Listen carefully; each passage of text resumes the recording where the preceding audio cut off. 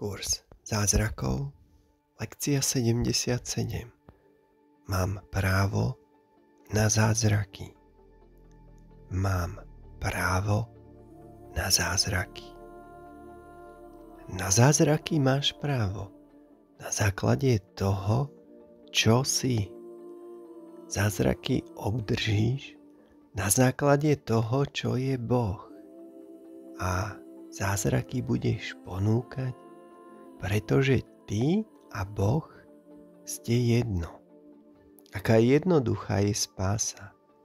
Spása je len vyjadrenie tvojej pravej totožnosti.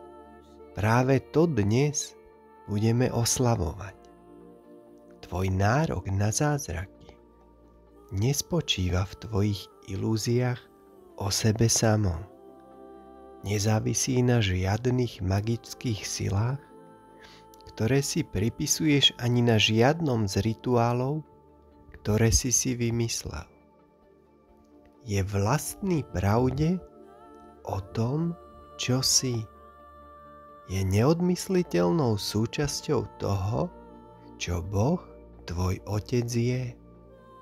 Tvoje právo na zázraky ti boli dané pri tvojom stvorení a je zaručené Božími zákonmi. Dnes budeme uplatňovať nárok na zázraky, ktoré sú tvojim právom, keďže ti náležia. Bolo ti sľúbené, že budeš úplne vyslobodený zo sveta, ktorý si vytvoril.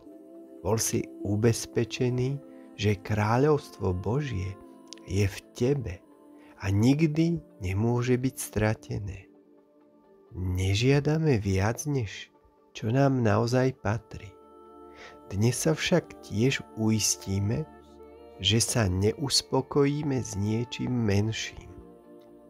Dlhšie cvičenia začni celkom sebavedomým prehlásením, že máš na zázraky právo. Zatvor oči a pripomeň si, že žiadaš len to, čo ti právom patrí. Pripomeň si tiež, že zázraky nie sú nikdy jednému odobraté a druhému dané, a tým, že žiadaš o svoje práva, potvrdzuješ práva všetkých. Zázraky sa neriadia zákonmi tohto sveta. Vychádzajú iba zo zákonov Božích. Po tejto krátkej úvodnej fáze v pokoji čakaj na uistenie, že je tvojej žiadosti vyhovené. Žiadal si o spásu sveta a o svoju spásu. Žiadal si, aby ti boli dané prostriedky k jej dosiahnutiu. Nie je možné, aby si o tom nebol uistený. Žiadaš predsa iba o to, aby bola vykonaná vôľa Božia.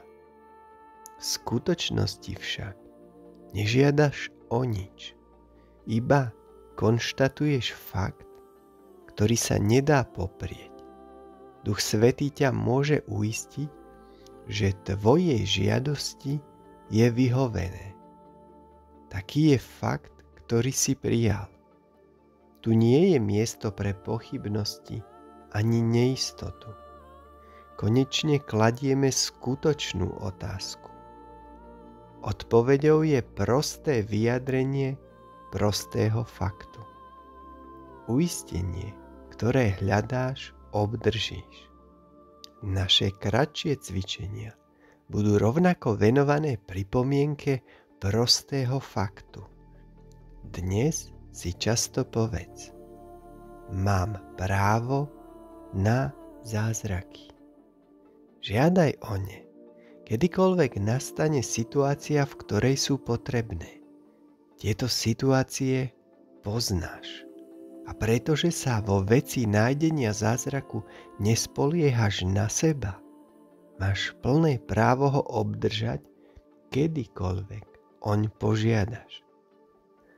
Pamätaj si tiež, že sa nemáš uspokojiť s inou než dokonalou odpoveďou.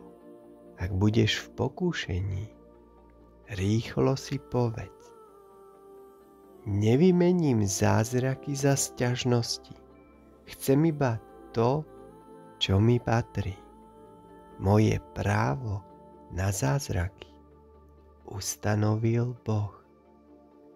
Koniec lekcie 77. Mám právo na zázraky.